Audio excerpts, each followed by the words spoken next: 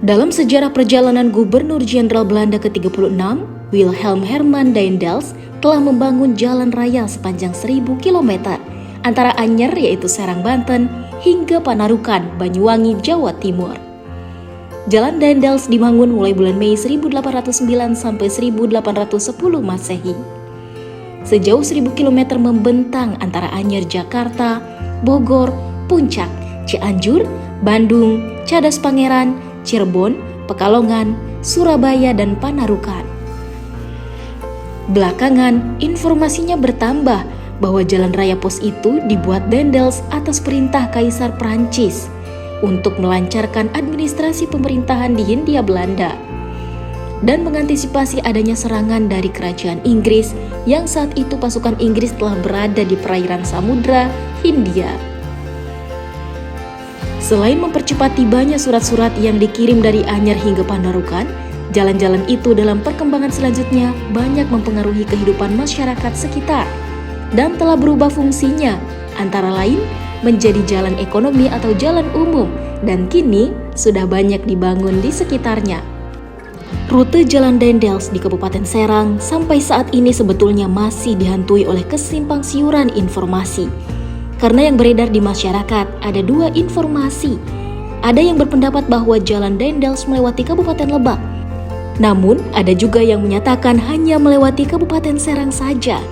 Memang menelusuri Jalan Daendels dari titik 0 km Anyer hingga 1000 km di Panarukan, orang sering bingung untuk menentukan rute yang benar, apakah melalui Serang ataukah melalui Lebak. Beberapa masyarakat yang dihubungi hanya mengenal Jalan Daendels dari Anyer sampai Serang. Tidak itu aja, di Banten juga banyak jalan-jalan yang bercabang dan masyarakat setempat menamakannya Jalan Daendels. Kesimpang siuran informasi itu menurut Halwani Mihrab wajar-wajar saja, sebab pembuatan Jalan Daendels saat itu melakukannya dalam dua tahapan. Tahap pertama merupakan pembuatan jalan untuk membuka poros Batavia Banten pada tahun 1808. Pada masa itu, Daendels memfokuskan kegiatannya pada pembangunan dua pelabuhan di utara dan di selatan atau ujung kulon.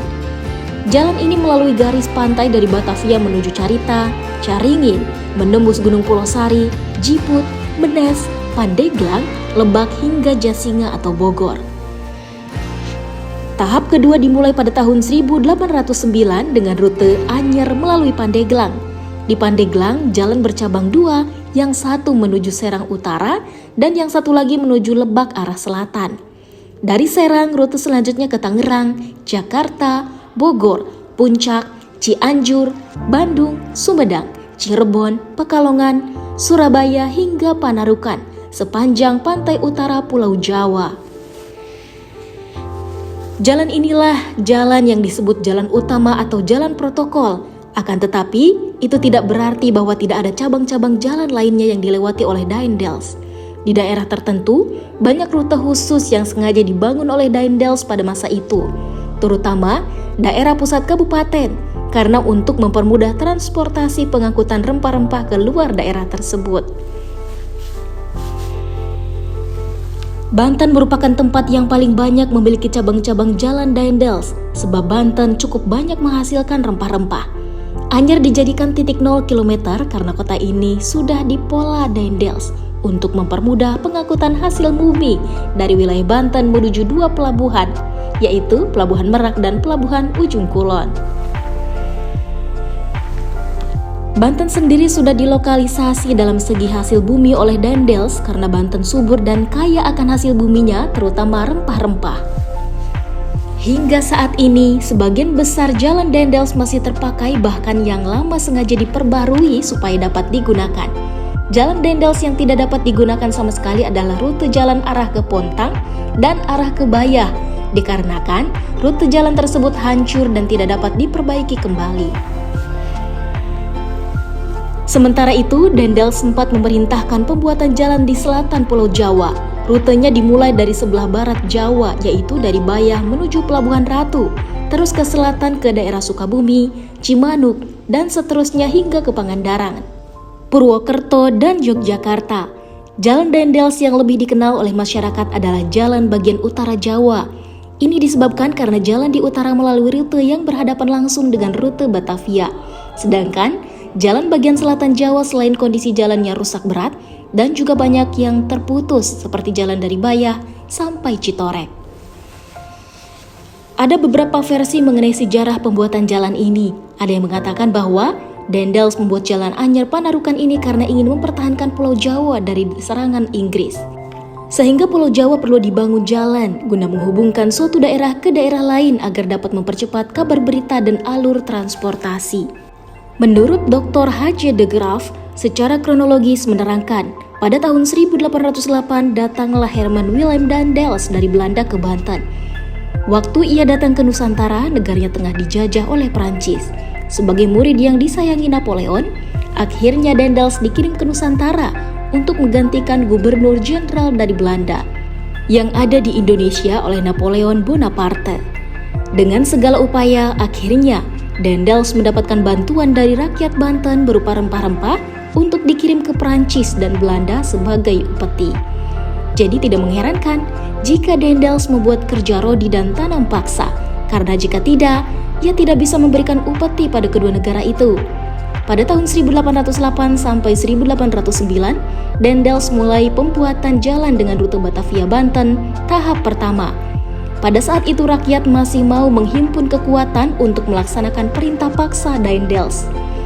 Namun setelah terjangkitnya penyakit malaria dan banyak yang tewas, maka rakyat menghentikan bantuannya. Karena banyaknya korban dan pembuatan jalan Batavia Banten masih simpang siur, menurut beberapa sejarawan Indonesia, yang meninggal sekitar 15.000 orang dan banyak yang meninggal tanpa dikuburkan secara layak. Walaupun demikian, Daendels semakin keras menghadapi rakyat. Ia tidak segan-segan memerintahkan tentaranya menembak mati rakyat yang lalai atau tidak mau bekerja dalam pembuatan jalan apapun alasannya.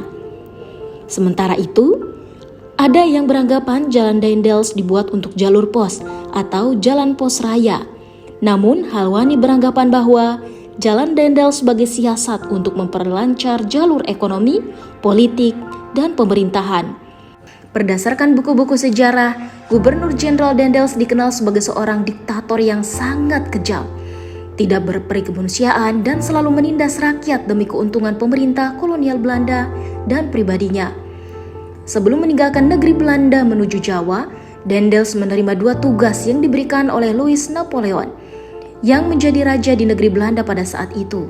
Kedua tugas itu adalah mempertahankan Pulau Jawa agar tidak jatuh ke tangan Inggris dan memperbaiki sistem administrasi negara di Jawa.